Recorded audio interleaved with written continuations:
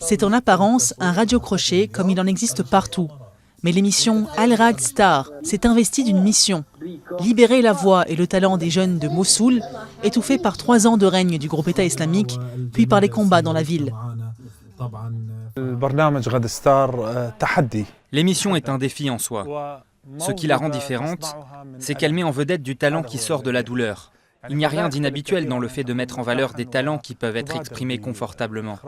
Mais quand on souffre et qu'on réussit malgré tout à chanter, ça c'est difficile.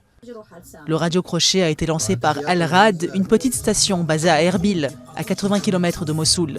Il a été plébiscité par les jeunes de la deuxième ville d'Irak, où les forces irakiennes combattent depuis octobre pour chasser le groupe EI.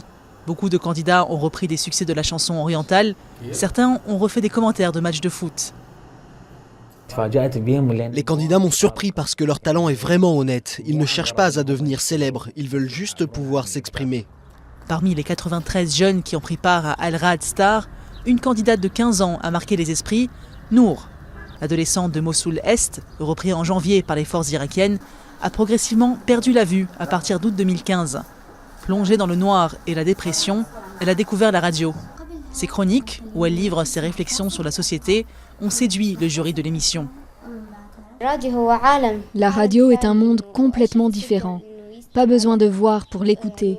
Même si je suis aveugle, je peux écouter la radio et avoir l'impression d'être dans un autre monde. J'aimerais faire partie de ce monde un jour. J'aimerais devenir présentatrice. Nour a reçu des milliers de votes, mais a été éliminée en demi-finale. Comme la radio cherche de jeunes animateurs, Nour pourrait un jour revenir sur les ondes de l'autre côté du micro.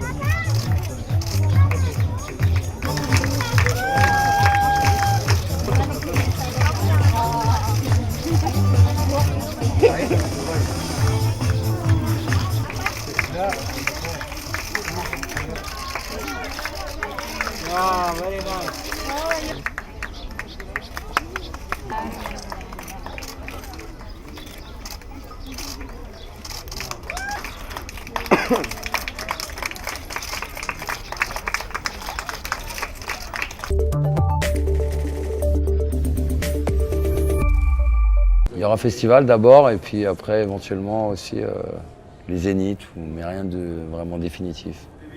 Les festivals c'est sûr, après le reste c'est moins sûr. Il faudrait leur poser la question, tu parles aux jeunes, qu'est-ce qui peut leur plaire dans un truc qui sonne à l'ancienne, comme ils disent quoi. Je sais pas, sûrement les lyriques, sûrement l'émotion que dégage un morceau, parce que les morceaux quand ils sont plus ou moins bien faits, ils peuvent être intemporels aussi. Donc peut-être ils se retrouvent là-dedans, dans une certaine intemporalité et avec des lyrics concernés, ce qu'il y a de moins en moins aujourd'hui. Il y a des gens qui ont peut-être envie d'écouter des choses aussi, et pas simplement que de l'autotune. Tu vois. Je sais pas si on a décidé, ça nous est un peu tombé dessus, c'est un peu le fait qu'on arrivait de la danse, du graffiti. qu'on s'inscrivait dans une dynamique de challenge, que ça nous est tombé dessus, quoi. Mais on s'est jamais dit qu'on allait rapper, aller en studio, faire carrière. Les choses sont venues en chemin, quoi. Et ça a toujours été très spontané de notre part, quoi. On n'a jamais cherché à... on a toujours emmené le truc quelque part, et puis d'un seul coup, il y a telle et telle chose qui se présente, bon, et je dis pas opportunité, parce qu'on a bossé pour, mais sans se projeter, quoi. Je crois qu'on a commencé à se projeter quand on a signé, quoi, mais bien avant ça, on faisait des choses pour nous, quoi. C'est le mouvement qu'on suivait, quoi, qui était le mouvement hip-hop, et puis c'est très accessible et très, enfin, tu vois, il a pas fait guitare et moi basse, quoi, tu vois, donc c'est compliqué de faire un groupe. Donc voilà, il y a le côté aussi très facile du hip-hop, où très facile on se comprend dans la façon de concevoir le truc, ça peut être très très simple, il suffit de 2 platines, un petit sampler et puis 2 mecs qui écrivent des lyrics et on peut déjà fabriquer de la musique. Ce qui n'est pas possible si, enfin, tu vois, si tu fais du rock et que tu sais.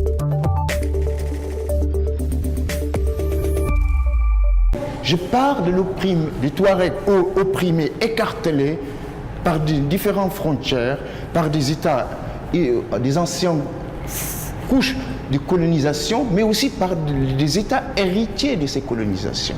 Les frontières, si certains Africains le voient, qui séparent le peuple, s'ils le voient comme un lix, comme une clôture, qui les isole d'un agresseur, nous, on les voit comme quelque chose qui nous déchire. Ma nation, moi, elle est écartelée entre 5 nations. Je ne reconnais pas ces nations.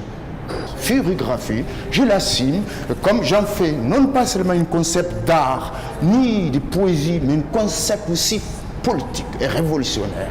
Ça veut dire on se reprend en charge nous-mêmes, les vaincus qui se remettent dans la scène, qui créent leur sens. Nous, quand nous fait notre tango, notre flamenco à nous. Il a inventé une notion, on va dire, qui s'appelle la furigraphie. Voilà, et donc dans laquelle il sort vraiment ses tripes. C'est une poésie de l'urgence, c'est une poésie de la violence aussi, je pense qu'on peut le dire, mais à la fois de la sensibilité, c'est très intelligent. Et voilà, et tout ce qui est lié à cette poésie, c'est vraiment son œuvre picturale. Les deux sont liés, les deux vont vraiment ensemble en fait. On est de la même culture, donc forcément les choses qu'il dessine ou qu'il exprime, moi aussi je suis ancré dedans, je suis né dedans aussi. Donc ça ne peut que me plaire. Je fais partie. Je peux même pas dire que ça me plaît ou ça me plaît pas, ça fait partie aussi de moi.